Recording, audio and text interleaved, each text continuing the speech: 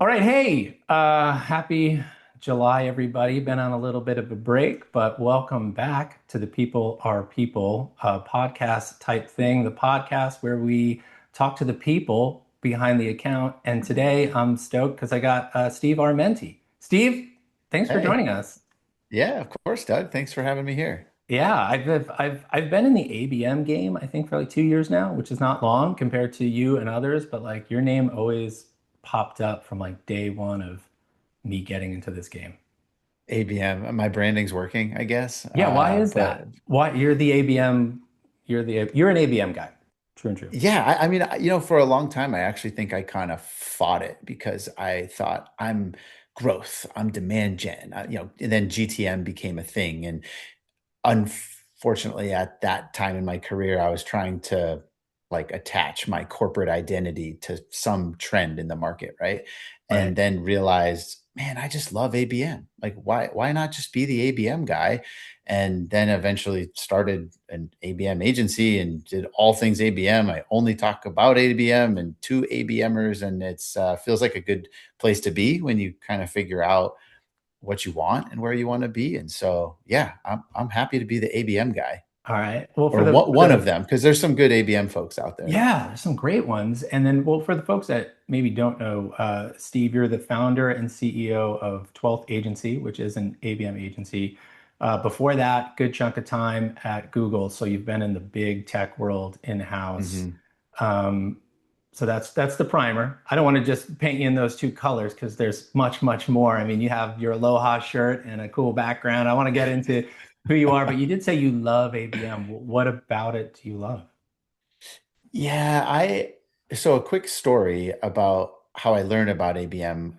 Pre Google, pre corporate side, I was at a content and demand gen agency in Boston for 5 years, and it was a pretty pivotal part of my career because I started, pretty junior, like in my 20s as an Mhm. IC, grew with the company for 5 years, became a leader, eventually was a leader of a B2B division, and got to do all the things of hiring and firing and strategy and flying all over meeting with clients. And it was an awesome experience. But the moment I remember most was I was on the client services side, and then I partnered with our internal marketing team on just trends and what's working and that sort of thing.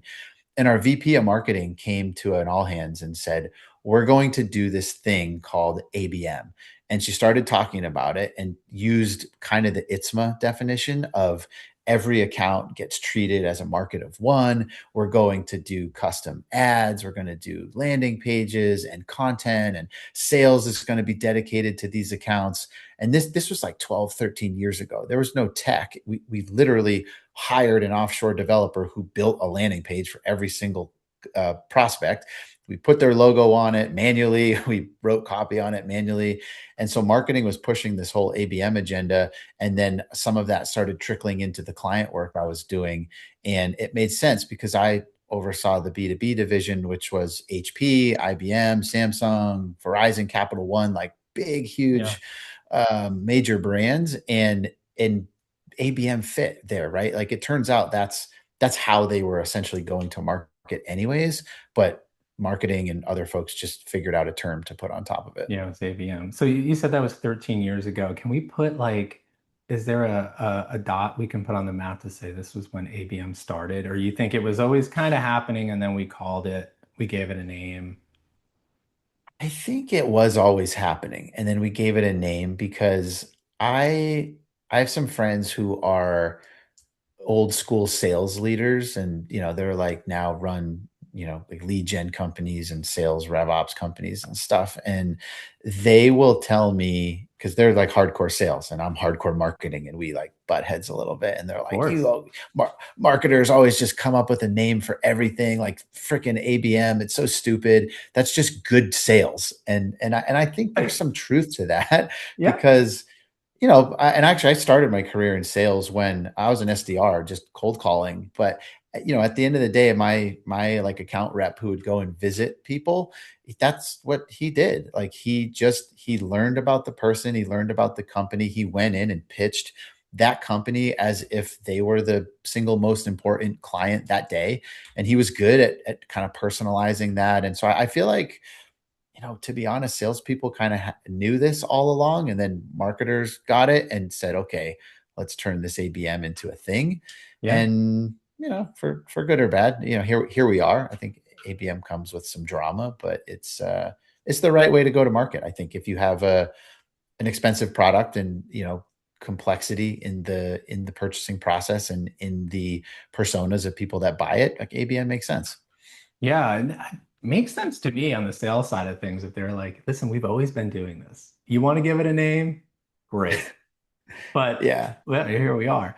Um, so tell me a little bit about 12th. So you left the corporate world and went out on your own. That sounds kind of scary. Mhm. What was the reason behind it? Yeah, well, two things. One, I've always had a bit of a entrepreneurial bug in me.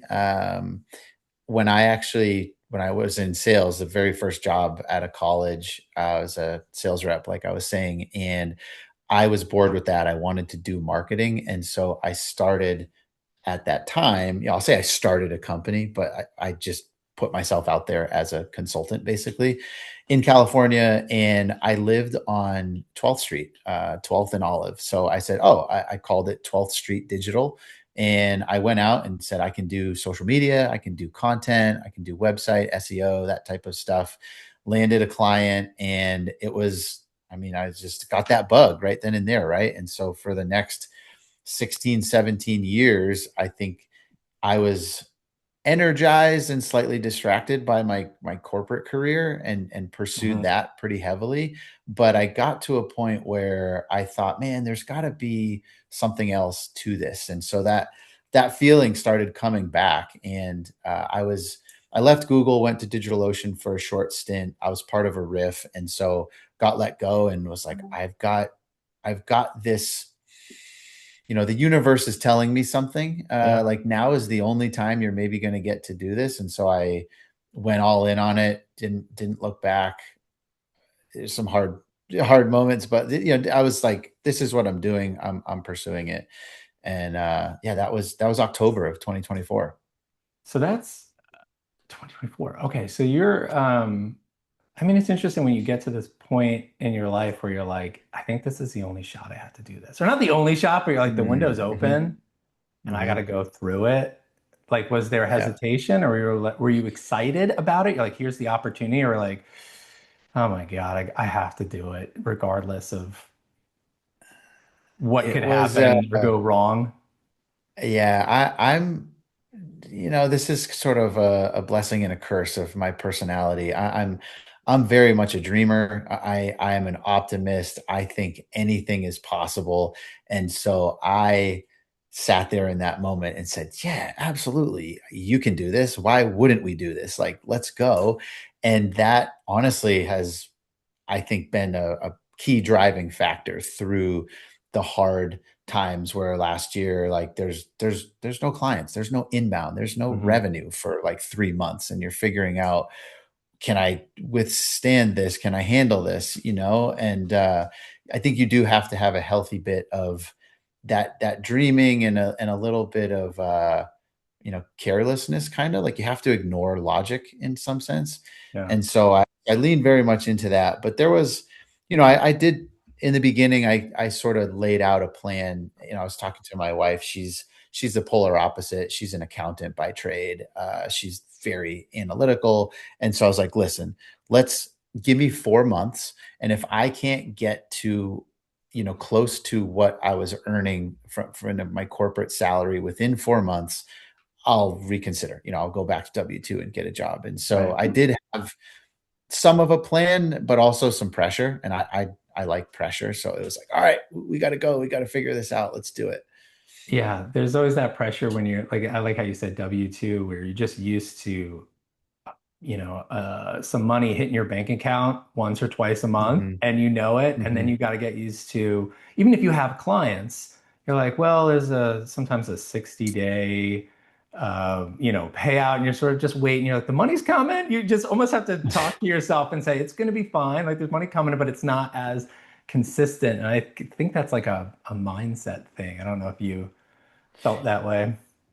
Yeah, a little bit. It's, because I'm such an optimist, I always just thought, oh, this client's going to renew, this prospect's going to close, this program's going to be Yeah. great, right? And I think that helped me quite a bit in the beginning, and now I'm much more of a realist. I'd say I'm more at the point where I'm trying to, create a sustainable business versus, in the early days it was just kind of a founder led, me doing 90% of the work, and it took some time to get to a place where I could hire some folks, bring in, some contract help, and then, found some more senior folks who could take on more of the work and free me up to do more marketing and sales and thinking about the systems and the structures and, getting things to a place where it's more of a business than a kind of a consultancy, I guess you could say, But Yeah. I think if anybody's listening and wants to go that journey, I would recommend starting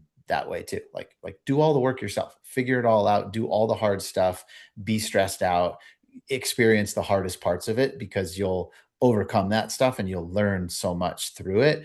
And then, one mistake I made was not documenting it all at the time. I kind of did it retroactively. And I think that would have been an interesting, kind of diary of information to look through, of like all those challenges. What were they? What did you do? How'd you overcome? What'd you learn? What does the process look like now? Like what would be better? Yeah. What's one thing that it's like a certain that you would tell people to say like, oh, you're going to start an agency? Okay, no matter what, this will happen to you. Don't freak out. Ooh, if I had to pick just one, I would say, I think for me, the biggest freak out was when I got through the initial, call it referral led growth, right? In the very beginning, I put it out there. I said, I'm going fractional. I'm doing this thing. I'm open for hire. And I was grateful that I have a pretty active LinkedIn following. So I got some good inbound of people wanting to work with me. And that was great. And it got me to that goal in 4 months and kept me afloat for a little while. But at a certain point that runs out, right? Unless your network is a million people, right? But eventually that runs dry, and then you realize, oh, I've got to actually go and convince people. I have to do the things I'm selling. I have to go and market. I have to sell. Yeah. I've got to, deal with contracts and proposals and all that stuff. And so that was a scary moment, because you're thinking, I should have never done this. This is going to fail. Like you can be pretty hard on yourself in that moment, or some people can. I was, and I think it's in hindsight, it's like, man, all that negativity didn't help at all. Just flip the script and be like, yep, we've got something hard to deal with. Let's pull up our pants and figure it out. Yeah. That's cool. All right. So you said you spent time in California. You're not in California anymore, though, right? This is No, where's no, I'm home in now? Colorado now. Oh, Yeah, cool. yeah. But I lived in Huntington Beach in Orange County for several years. That was during the sales, like early part of post college, and then went back east. I grew up in New Hampshire, Oh, lived nice. around Boston for a couple years. Went back to California, Northern California, like we were talking about. Lived in Mountain View for a little bit when I was Yeah. at Google, and then actually I transferred here to Boulder, Colorado area through Google. I was on the cloud team. There was some restructuring. I found another role and like an incubation team, which was super fun. And went out to Colorado, met the product team and engineering and some go to market folks, and thankfully got a new role in it. And it, Google moved me out here, and it's never looked back. Now it's home. How long ago was that? Yeah, that was it'll be 8 years in November. Okay. So you're a Boulder guy through and through. Yeah, becoming one. Yeah. Outdoorsy. Yeah, not as much as it used to be. I mean, when we first moved here, I used to hike like 3 times a week. That's awesome. Just hit like all the peaks in Boulder. It was awesome. We camped a lot as a family. But now I'm outside all the time. I love being outside. I walk and love exercise. we hike, we bike. I probably mountain biking now is more my thing. Yeah, I But bet. yeah, Colorado is great because like we get a lot of sunshine and it's like Right. usually the weather's pretty pleasant. So you want to do something outside, you've got a lot of adventure nearby. So Totally. it's great. Is that important to break up your day? Like, tell me a little about like I'll sit here. This is we work here. My wife and I split this little studio space, but like if I Uh-huh. don't go outside and see other people or just like crush like a 5K really quick, I'm just a worse worker. I'm like my slacks get a little Yeah. shorter, if I get a little if I burn some energy, yeah, you can tell you're like, oh, he must have done something fun. Is that part of your day? Is that routine? It is, yeah. I mean, I think it's nice that you say that and do that, right? And like I Yeah. think we should talk about that more. Whereas remember during COVID, well, I was at a big company during COVID at Google, and there was tons of focus on well-being and resilience and hey, we're all trapped inside. Get outside, get some fresh air, see sunlight, move your body. And now there's no more COVID, but yet we're all still trapped inside. Like we're all Yeah. trapped in these little boxes looking at these screens. And I feel pretty terrible sometimes for like folks I'll talk to that are junior in their careers and they're like, yeah, I'm just in like back-to-back meetings all day. I have no time. Maybe they have a commute into an office and it's like, man, that just sounds terrible. And so, well, one of the benefits of working for yourself is like, I have freedom. There's obviously obligations and clients want stuff and Yeah. team members need stuff. But I think restructuring my day around the things that give me the energy I need is super important. And I think I'd love to hear your routine, but mine is kind of like there's a pre-work routine, which is like exercise of some kind or a walk outside or something active, and then I get into like a good flow, maybe 2.5 hours of work. It's either going to be a bunch of meetings that are important or like no meetings at all, and I'm focused on something. And then there's like a midday break, which is it's got to be something. It's got to be a short walk. I'm a sauna guy. We have a sauna in the Nice. garage, so that could be something just to pop in. But when I'm doing that stuff, it's the phone stays in the office. Like I'm going on a walk. I'm the weirdo with no headphones, like looking at trees and saying hi to dogs and stuff. And Awesome. everybody else just like headphones in. They're like looking down at their phone. I'm like, man, you're missing Yeah. out. Yeah, I feel like we're going to be the generation. Well, I don't know how old you are, how old I am, that like other generations will look back on like they did with like people smoking indoors and like next to children. Like, how could you do that? Like, how could you just walk your dog and look at your phone the whole time? Man, I So hope so. I hope so. yeah, I try to limit it as much as possible. Even I have small kids, and we're very Mhm. aware of technology and how much they're even using it, if at all. So I always act like my phone is the worst thing in the world. I'm like, oh, I wish I didn't have to have this thing. And then they're like, yeah, well, Yeah, why would I want that too? So, um, yeah, but that's my smart. routine, I get up pretty early, Steve. We're most of my the team, my coworkers that I collaborate with are in Europe, so I Mhm. actually like it. I'm ready to go at like 6:37 sometimes. But again, I have no Nice. commute, so and no one minds if, it looks like I just rolled out of bed because I kind of look like I rolled out of bed most of the time anyhow. So but yeah, I have early mornings and we have young kids, so like it's sort of like even before it's summer, but even before school drop off, like I can have some calls with people and set up the day Mhm. and have, clarity and get some answers and then know what I want to work on. And then it's sort of like if you're working at like 6:30 or 7 and you go to like 9:30, you get this like, oh my God, like I just worked a whole day. And then you look and it's only Yeah. 9:30. So yeah, I'll take a little break and I'll just go walk my dog around the block or like just walk around the block by Mhm. myself. But yeah, I'm lucky. I have a pretty good running route and I'll work in runs during the day like 3 times a week. And I'm not, going, Nice. 25, 30 minutes. I'm not going, far. I'm doing five Yeah, yeah, days. yeah. Just what you Um, need. That's yeah, like, yeah. yeah. And then, again, it's 25 minutes and I'll come back and I'll I'll hit the computer right away, sweaty mess. I'm not like necessarily, Hmm. taking more time, right? So, Right, but right. yeah, it's super important. That's, I like, you can see I got boards. If there's surf, we try to go surf, but that always takes longer. I'll always have friends who are like, oh, we go to a quick one. You're like, there's no such thing as a quick one. Yeah, You're why would just, you want to rush that too? I yeah, mean, you can't rush it. And then you just got to know, like, did you get enough of your stuff done? Because, like, to your mhm. point, you own your own business. It's on you, right? Like, hey, if you want to take the afternoon off and go for a surf or a long hike or whatever, all good. Just might mean you have to work later. For me, after the kids go to bed, you're like, I'm fine with it. Yeah, I'm yeah. gonna get it before, I'm just always chasing the sun. Like, I'm just thinking of the project that I'm working on. And when my colleague Hmm. wakes up, will she have what she needs from me? Right. It's like, as long as I get it Hmm. done before they wake up, I'm good to go.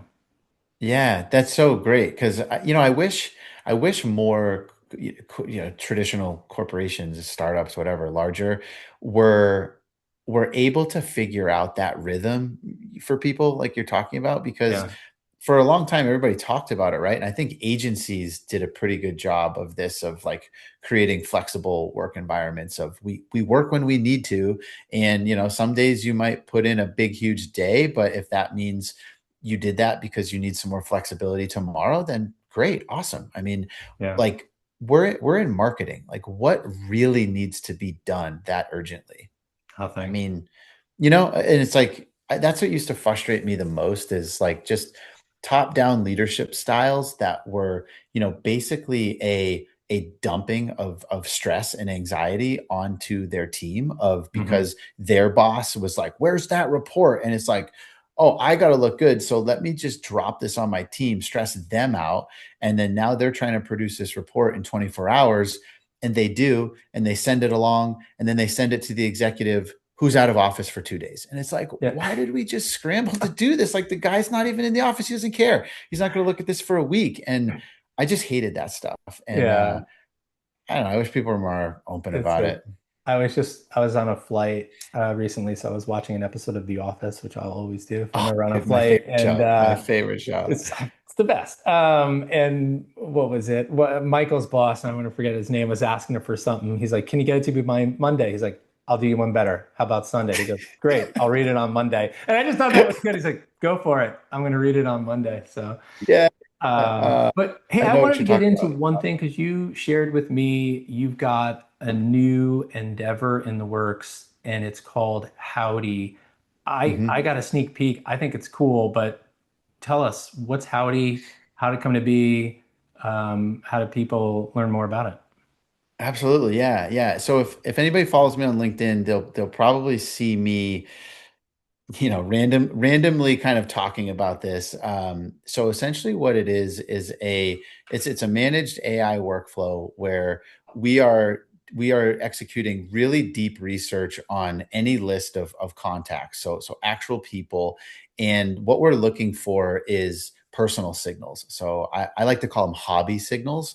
Like I'm trying to figure out what does this person care about outside of work, like what are the things that give them joy, like some of the stuff we're talking about right now, right? And like if anyone was marketing me, right, like there's some nuggets here you can kind of know about me. And so we're looking for those signals. We've got a number of agents that can do unstructured web search. We can look at social profiles, cross connect social profiles, read transcripts, like all that good stuff, but we're looking for these personal signals. And then what we do, think about a kind of like a concierge experience service. And so the team will actually go and pair a unique experience for that individual person. And then you use that as a way to wrap your sales process around it. And so, for example, like the easy ones are, let's say, we're researching you, Doug, and we find Hmm. out, that you like golfing. Hmm. And, instead of buying you a new cover for your driver or something, which anybody can do, any brand can do, we're going to see where you're located. We're going to look, is there a premium course nearby? Is there a pro at that course that maybe we can book a 1 hour session with and then send you out on 18 holes? And we're going to try to design a short moment for you that makes you feel seen. Like the whole goal of it is we want to deliver something that a friend would get you, and that's the idea. But of course, we're commercially motivated, and so the reason we're doing it for teams is trying to break into really tough accounts. We're trying to expand, into different areas of like really large accounts for businesses, and help sales teams make a connection. It's kind of like a nice icebreaker. And then we execute the whole thing. So, we book the experience, we plan it, we handle all the logistics. We're behind the scenes of the sales team, so they look like the hero for the prospect. And it's been wild. I came up with the idea, pitched it to some existing clients, and just kind of did the work for free, and we saw some really good results, and I thought, man, there's something here to this. So about 2 months ago, soft launched it. It's done incredibly well, and it's probably the future of where I'm spending my time in the Yeah. next couple months. Is it different than 12th? Is it a separate entity? Like you wouldn't have to go through 12th to use Howdy. You could be, it's different. Yeah, it's well, so like, technically speaking, clients contract with 12th LLC, Yeah. but it's a completely different business unit. Hmm. And so think of 12th as like this is an execution partner for one to few, one to many ABM campaigns. There's strategists, there's media planners, there's GTM engineers, content operations folks that are at those clients' disposal to stand up ABM programs. This is, mostly large companies that are missing that expertise and they need execution speed and velocity. So it's kind of like your traditional agency model. Yeah. Whereas Howdy right now is a different unit, a different team, totally different process. And it's more of, think of it as a managed service, as a part of your ABM toolkit, right? Like most Yeah. ABM teams are kind of running one to one, one to few, one to many. This is purely a tactic at the one to one level. If you have strategic accounts, if sales is, banging on your door and saying, marketing, I need to get into these 25, these 50 accounts, and you know exactly the contacts you need to reach out to, you just need a better mousetrap to get them to reply. That's where it fits. What is the skill set of the team that's supporting Howdy? Because I'd imagine they need to be almost in the hospitality event space, like something like that, Yeah. experiential skills. Like I don't know if I'd throw a good party. Actually, I'm so glad. I know, no, you're spot on, and I love that you asked that question because I had an early thought when hiring to look for folks outside of the world of SaaS. Like Hmm. I don't need a SaaS marketer. I don't need a growth marketer. This isn't that. This is a person that has a background in experiential marketing, field marketing, private events, like that world. They understand the idea of bringing people together in real life and then being like super robust on the logistics. Because at the end of the day, this process is, for us, it's pretty rinse and repeat. Like agents are doing the research, there's QA agents, there's human in the loop. Agents are then going and sourcing and recommending experiences. Another human in the loop. We're writing sequences for clients, and so it's pretty programmatic on our side. But the piece I didn't want to overlook was the human element, because as good as AI is, sometimes we find a signal that a human looks at and is like, that's a little cringe. Like we can't do that. Or like, Yeah. that's actually more of a professional signal. And so you need some judgment. And same thing on the experiences. Like AI comes up with all of these wild ideas for experiences, and we're constantly reining it in and being like, okay, that's a little bit extreme. Like we can't really expect that person to do this. It sounds really cool. And sometimes we do plan the really wild ones. So it's fun. And I needed a skill set that like could use AI and could use tools in their day to day, but also not forget that at the end of the day, what we're doing is connecting people to people, and that's Yeah. that's kind of my mission, for the company. It's awesome. And it plays perfectly into kind of what we talk about on this podcast and these conversations. So Yeah, I want right, to end it right. with this, Steve, because I think Howdy is awesome. If someone was to try to market to Steve, what would the ultimate experience be without having to go through Ooh, your AI agents? Like, just what would you want someone to, maybe we'll get you something. yeah, I will tell. Let me think about that. Like right now, I think so my hobbies are, like fitness and sports and outdoors. I took up golf Hmm. earlier late last year and gotten a little bit better. But I think, if I had to break away from work and family for 3, 4 hours, I'd probably want some wellness oriented meditative break. Yeah, Like that's where I'm at these days, is if I'm gonna break away from the things that I really like doing, I want it to recharge me. So maybe a float station and a massage or something. That'd be pretty perfect. good. That's cool. Steve, thanks so much, man. Howdy's cool. Thanks for sharing it with us. Thanks for joining the podcast. Um, yeah, check it out. How do people really, before we officially end this, how do people find out more about Howdy? I would just look me up on LinkedIn. Cool. You'll see in my profile there's a link over to the page, and you can learn more. There's an overview story there. It's pretty simple to find, but yeah, talk to me too. I am me on LinkedIn. There's no automation or bots or anything, so hit me up. I'll reply, and we can chat. That's nice to hear. Well, thanks, Steve. Appreciate it, man. Yeah, likewise, Doug. This is fun. Talk to you later.